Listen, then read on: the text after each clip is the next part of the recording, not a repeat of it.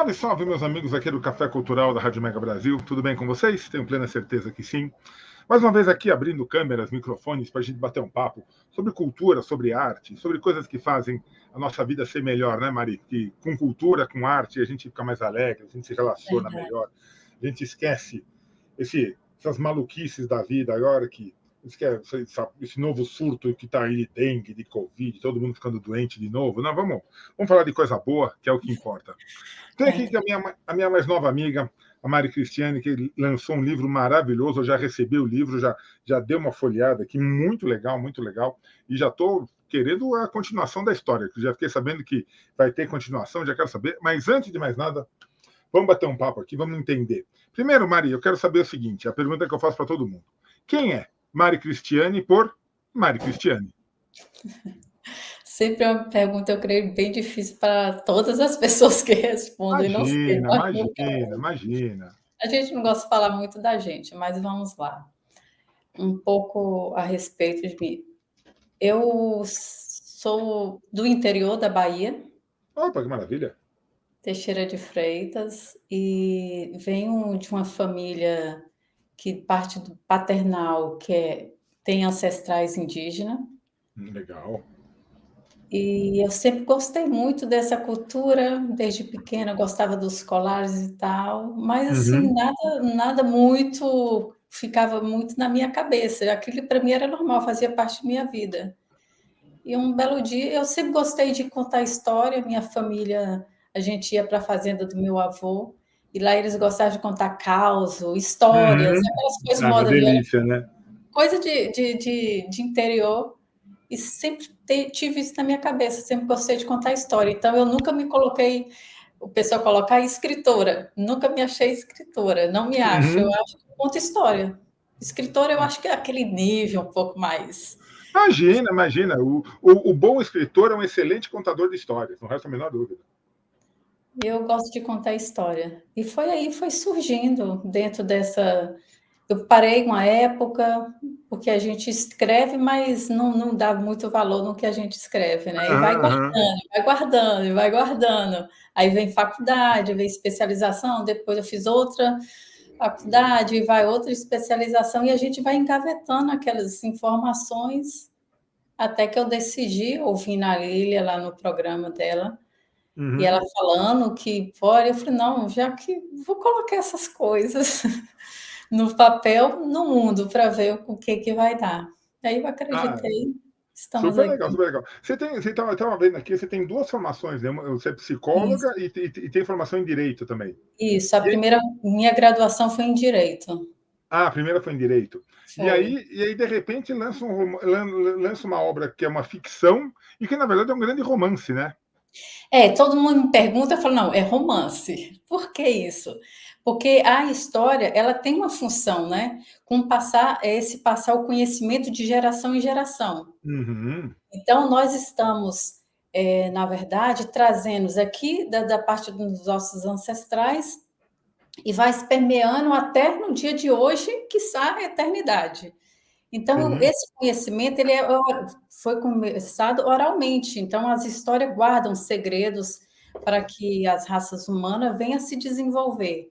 Exatamente. Então, de alguma forma, isso vai nos ajudando, né, com essas histórias e como nós podemos nos proceder no dia de hoje. Você falou que você tem dentro das suas raízes, da tua ancestralidade, você tem essa questão indígena, tal, que é muito legal. Acho que aqui no Brasil isso precisa ser muito valorizado. E aí você coloca um livro, que você dá o grande título de Amarras do Destino, onde você coloca uma menina que se apaixona por um rapaz indígena. Como que teve isso? Isso tem alguma coisa a ver contigo também? Você gostou de um rapaz Não, indígena? não. Não. Por incrível que pareça, veio assim. Eu não sei, eu acho que todas as pessoas que escrevem fazem. Às vezes vem como um brainstorm, sabe? Aquela chuva de ideias, vem aquela tanta informação, e eu não sabia como utilizar isso, veio de uma forma muito intensa, e eu só fui escrevendo, Que legal. e às vezes eu estava no restaurante, pegava um papel e escrevia no guardanapo, era meio doido assim, as Mas isso que informações. é legal, né, Maria? Isso que é legal. A gente se envolver tanto na nossa história, no livro, mesmo que seja 100% ficção, mas você se envolver que essa inspiração, a vontade de dar continuidade vem em qualquer lugar, né? Em casa, no Não restaurante, tem no trabalho. horário. É madrugada, o que for.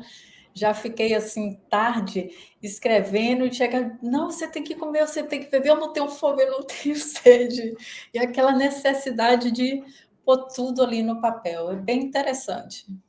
Eu acho que também foi o tempo que você levou, né? Você falou, você começou, você teve essa ideia, mas a faculdade, especialização, a vida vai levando, mas na verdade essa história já estava dentro de você, né? E aí quando ela Já, quis sair de já, uma vem. já. É bem interessante você tocar nesse assunto, porque as pessoas têm algumas controvérsias a respeito de contos de fada, né? Uhum. Só para chegar onde que eu quero, eu vou assim Por rápido. favor, por favor. A história, ela vem, por exemplo, sempre as pessoas têm aquela disputa, sobre a princesa e o príncipe, cada um tem sua função, arquetipicamente. Então, o Uhum. que que acontece? Que a princesa está representando o que é a nossa alma, o príncipe representa o nosso espírito. Não é o Uhum. que as pessoas estão colocando às vezes. Como o Chapeuzinho Vermelho, tem um o lobo mau representa os instintos que Sim, estava ali, faz parte da história, né? A floresta representa o nosso inconsciente. E tudo isso, esses conhecimentos que eu fui adquirindo com a filosofia, com a psicologia e tudo, eu fui colocando dentro do livro de uma forma que seja mais lúdica. Como lidar com tudo isso? Aí eu brinco, o romance não é só da Luna e do Poti, é tá. nossa parte, como Jung fala, que nós temos a parte aqui interna, que o homem é representado como ânimos e a mulher a ânima. Então, é nossa Sim. conquista em nós mesmos. É como nós fazemos isso no dia a dia, nossos confrontos, nossas dificuldades do dia a dia. E é tanto que eu começo o livro, e nessa parte que é no primeiro volume, é quando ele começa o rito de passagem, que todos Uhum. que se perderam, né? Se passou com esse tempo, do passado até hoje, perderam as nossas raízes de fazer Sim. os ritos de passagem, que é lindo. Sim, Você e necessário, né? E necessário, né, Mari? necessário você sair, transicionar que vem aqui da infância, passa pela até chegar à vida adulta. É tanto que hoje você se vê vários adultos ainda infantilizados porque não Uhum. conseguiu fazer esse processo. Não, perfeito, perfeito. E Eu acho que esses ritos de passagem são que tem muito nos povos originários, né? Tem aquela marca, olha, a partir de hoje você pode fazer isso, você vai ter que fazer isso para poder fazer uma outra coisa. E assim, mas isso é bobagem. Não, não é. É que nem não, você não, falou, a gente vê adultos que sem estarem preparados para a vida adulta. Porque sempre foram cuidados, nunca tiveram a responsabilidade, nunca tiveram o desafio. Quer dizer, o desafio do rito de passagem é que faz ele ser interessante, né? verdade. Eu preciso passar por essas provas. E, na verdade, esses confrontos, eles são os processos individuais, a jornada interna. Né? Joseph Campbell trouxe no livro dele A Jornada do Herói, onde que Uhum. fizeram muitos filmes, várias narração de livros e tal, baseados, porque é nossos confrontos. É como que nós Sim, lidamos com essa jornada interna, que é um processo que ele não é linear. Ele é um processo profundo, então, às vezes, as pessoas querem fugir, né? Nós precisamos de sair dessas projeções que nós nos colocamos aqui para sustentar nossa potência, mas para isso nós precisamos mergulhar. E o verdade. mergulho, às vezes, profundo dá medo, né? E todo Oxi, medo, e às como? vezes, E como? E como? E engraçado, né? E quando a gente fala de ritos de passagem, a gente lembra muito do masculino. Mas as mulheres têm ritos de passagem e até muito marcados, inclusive fisicamente, né? Quer dizer, o com processo certeza. hormonal das mulheres, a mulher jovem, a mulher adolescente, a mulher adulta, o próprio corpo da mulher marca essas passagens, né? A passagem do rito de passagem do homem, ele é mais externo. Então, isso vai ser Ótimo. bem representado no potinho. Então, provas mesmo externas. Tá? Você vê todos os contos Jornada do Herói, é bem externo. A da mulher é mais interno. Tá. ela tem todo um lado muito mais profundo, por isso que é representado pela alma, né? Então, é muito mais profundo. Então, a mulher, existe alguns processos que o homem não perpassa por esse processo. Uhum. Mas é Existe, necessário entender, né? Mas é é necessário entender e necessário compreender e entender respeitar. E tem isso. muito homem por aí que não sabe respeitar esses processos internos da mulher, né? E hoje nós temos muitas mulheres dentro do mercado de trabalho que estão disputando com os homens. Na verdade, elas deveriam disputar função, não a posição de homem, né? Homem e É, mulher. Mas aí é para é outra outro história, né? papo. É outra coisa.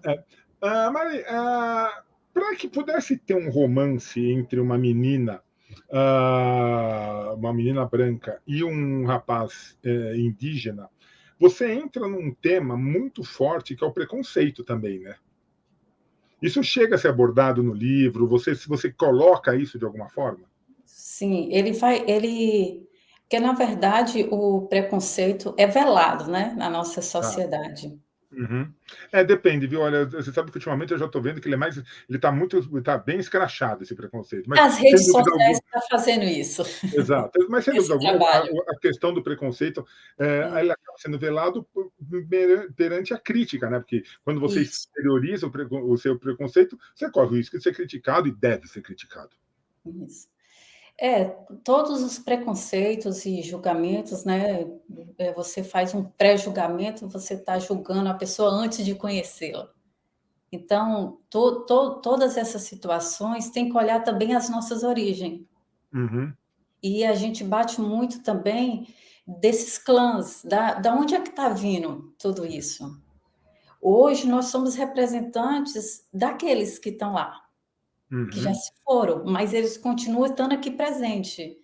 Independente da gente acreditar ou não, existem leis que regem, e nós temos 50% do nosso pai, 50% da nossa mãe, a gente querendo ou não. E quanto É, mais a gente nega, pior fica, porque nós precisamos conhecer tudo isso, para aí sim que é essa jornada, aí sim eu construir esse novo destino. Então, eu preciso também lidar com tudo isso.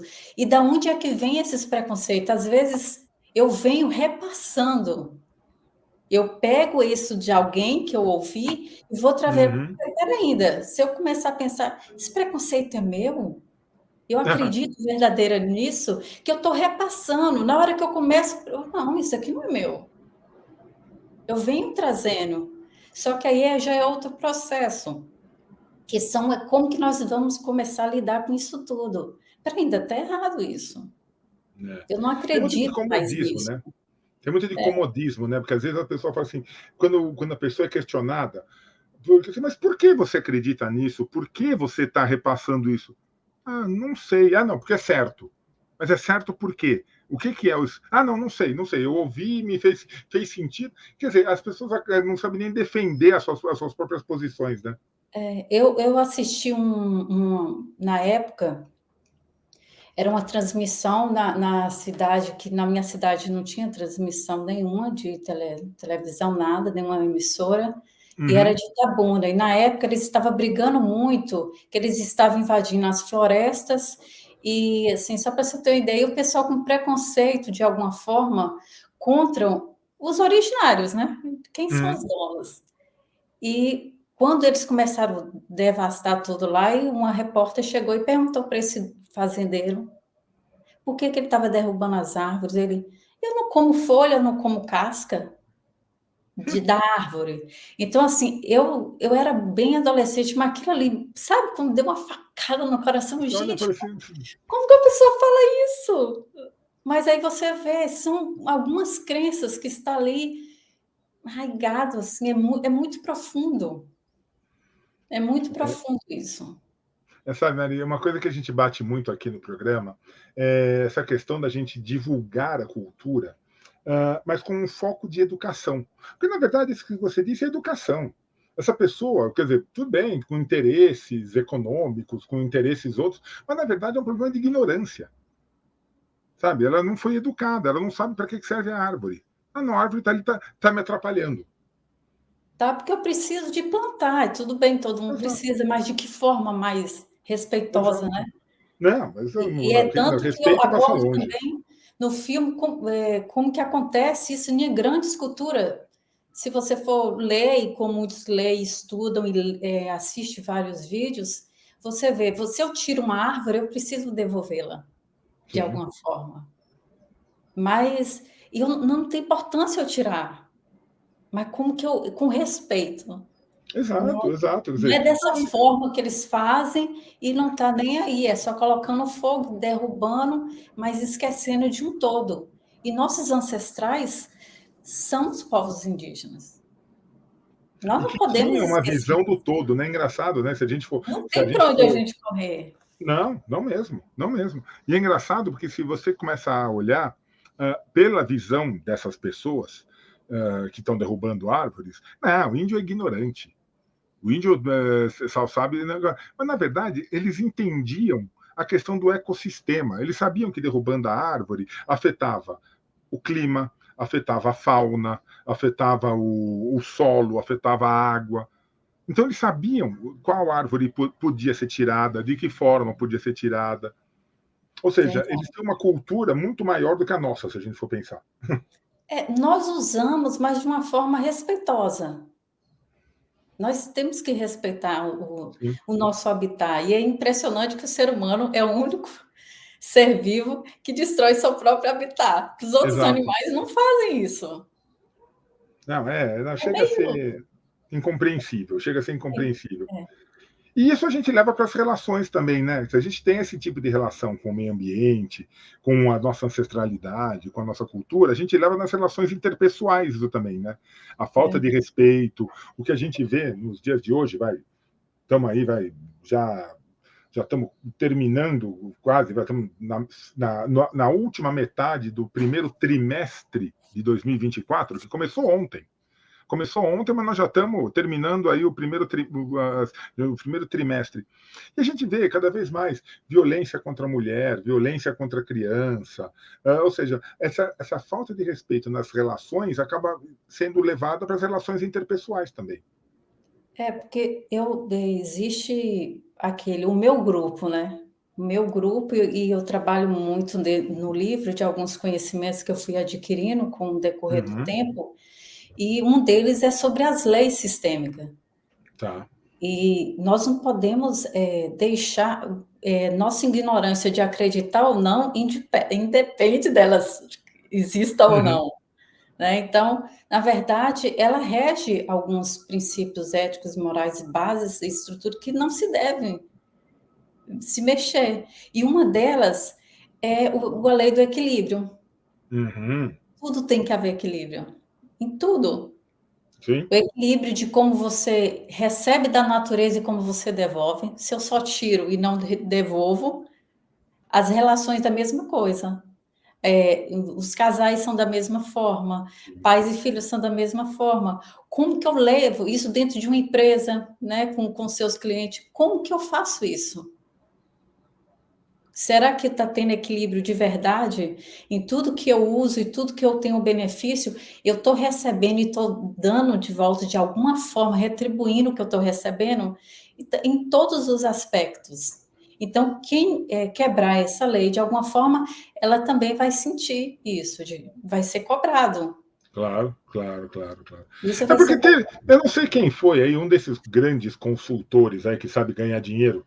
A gente não sabe, infelizmente eu não sei ganhar dinheiro, a gente sabe ficar aqui. Mas esses caras que sabem ganhar dinheiro, eles soltam aquelas máximas, né? Não, numa relação tem que ser uma relação de ganho. Você tem que sempre ganhar. O que eles não falam é que você pode ganhar, mas sem fazer o outro perder, né? Quando é você o ganha uma ganha-ganha, né? quando você ganha e o outro perde, esse ganho não é sustentável. Não. É um ganho momentâneo, pequeno, e que vai ser efêmero, porque vai acabar logo. Eu Agora, tenho que devolver de alguma forma o que eu estou exato, ganhando. exato. Eu tenho que devolver de alguma forma. E isso faz parte das leis que regem em todos os princípios.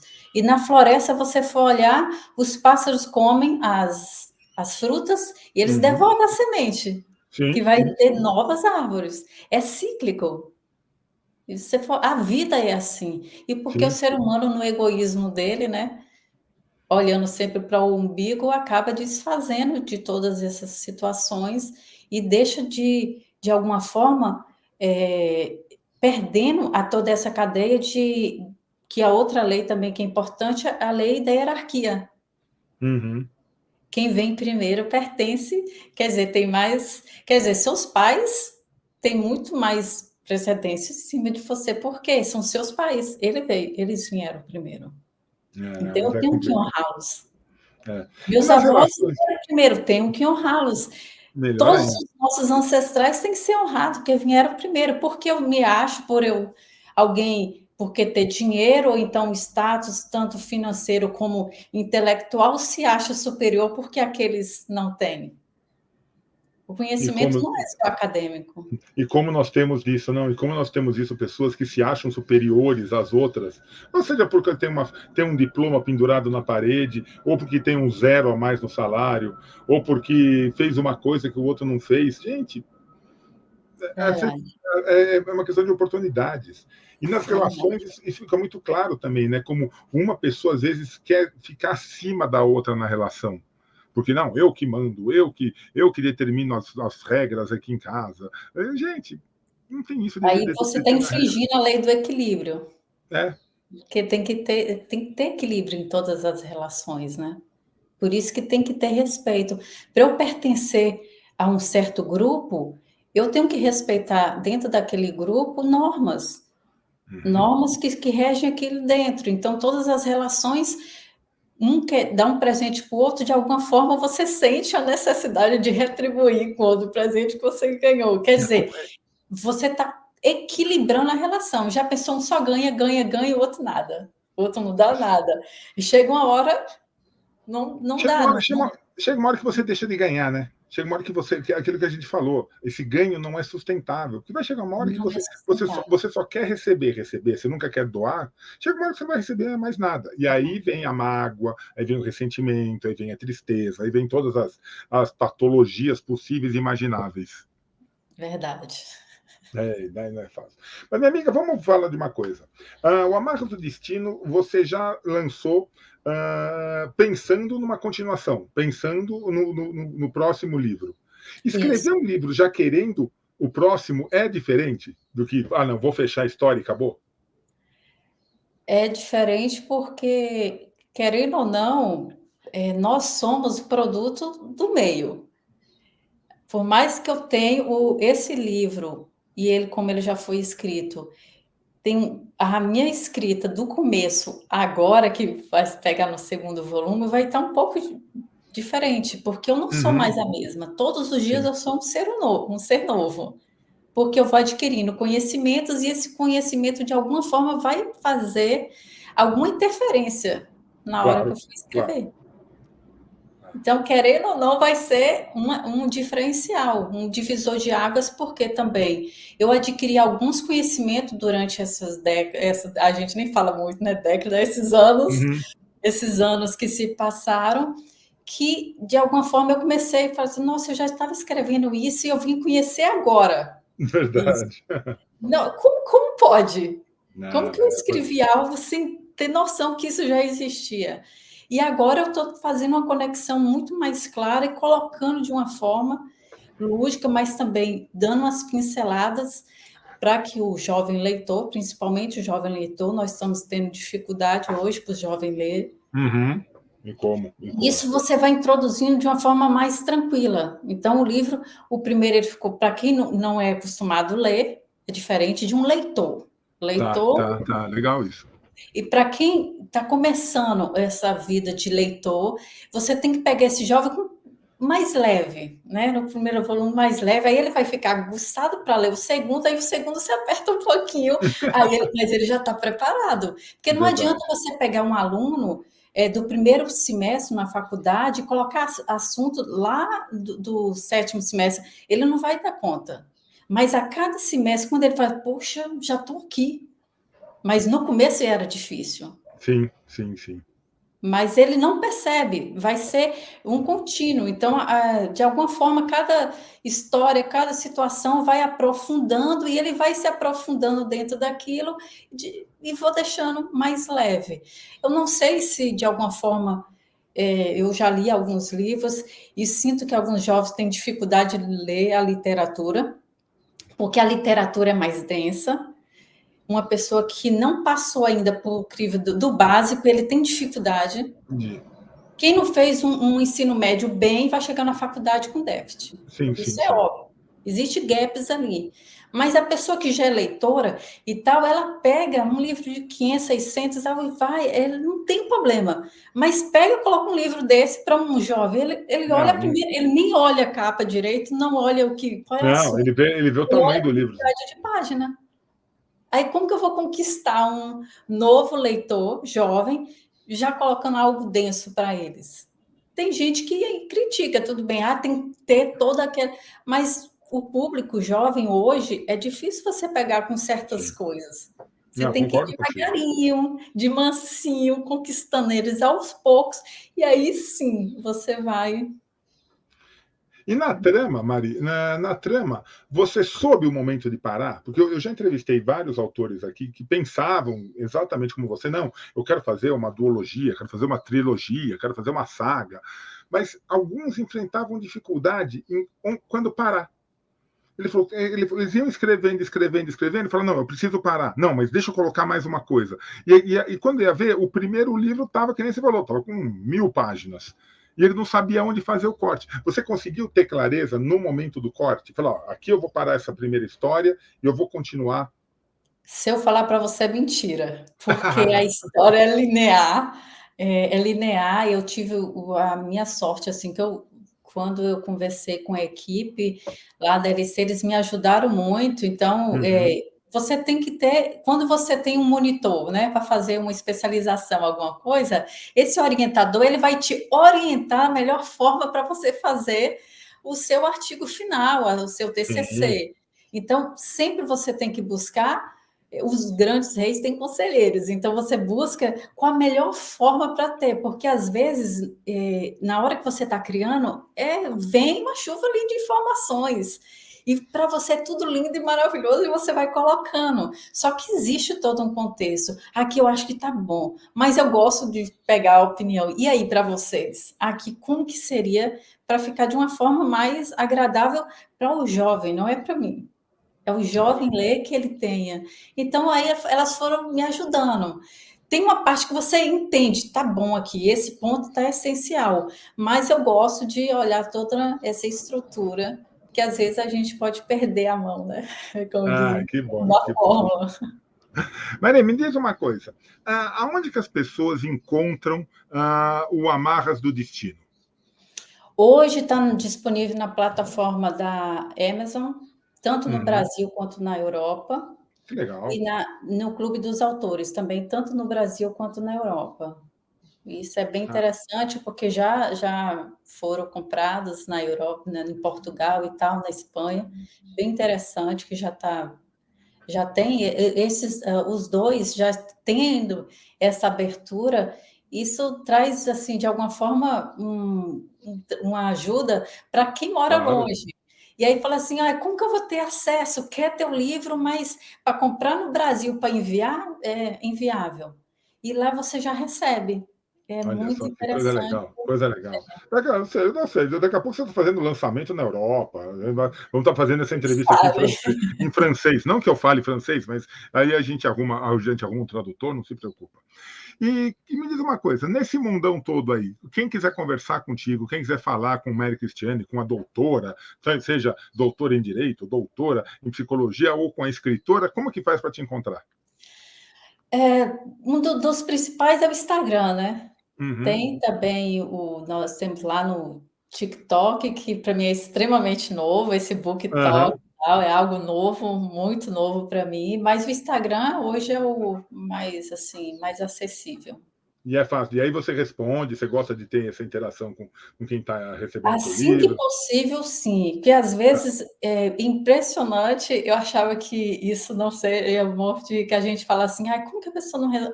Não, é impressionante, porque são muitas e você não dá conta às vezes, são muitas informações e às vezes entra muita gente nova ao mesmo tempo. É meio assim complicado, porque eu sou ainda como analfabeto funcional por redes sociais.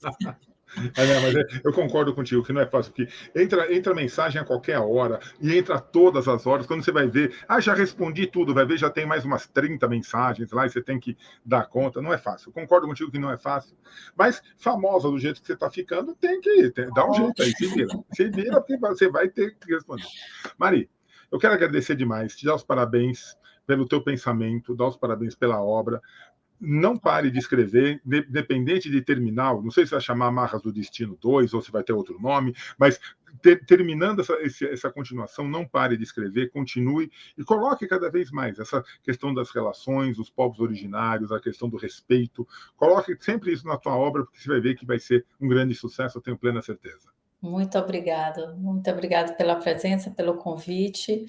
E é uma honra, né, de poder estar aqui falando num seu programa. É um programa, quando me falaram que a Café Cultural foi, eu me senti. Imagina, somos Eu pequenininhos, falei, pequenininhos. nossa, já fui convidada, que é ótimo. Aí então, eu falei, nossa, a gente pode ir lá de qualquer jeito, não. Não, e por favor, esteja sempre convidada aqui, não precisa nem marcar. Tendo coisa nova, venha aqui tomar um café com a gente, vai ser um prazer enorme te Eu que receber novamente agradeço, sempre. uma honra. Muito É obrigada. isso. Obrigado. E a você que assistiu mais essa edição aqui do Café Cultural, espero que tenha gostado. Vai atrás do Amarras do Destino, uma excelente obra. E semana que vem a gente volta com mais um bate-papo tão gostoso como esse, tenho certeza. Um grande abraço. Tchau, Mari. Obrigado. Até mais. Tchau.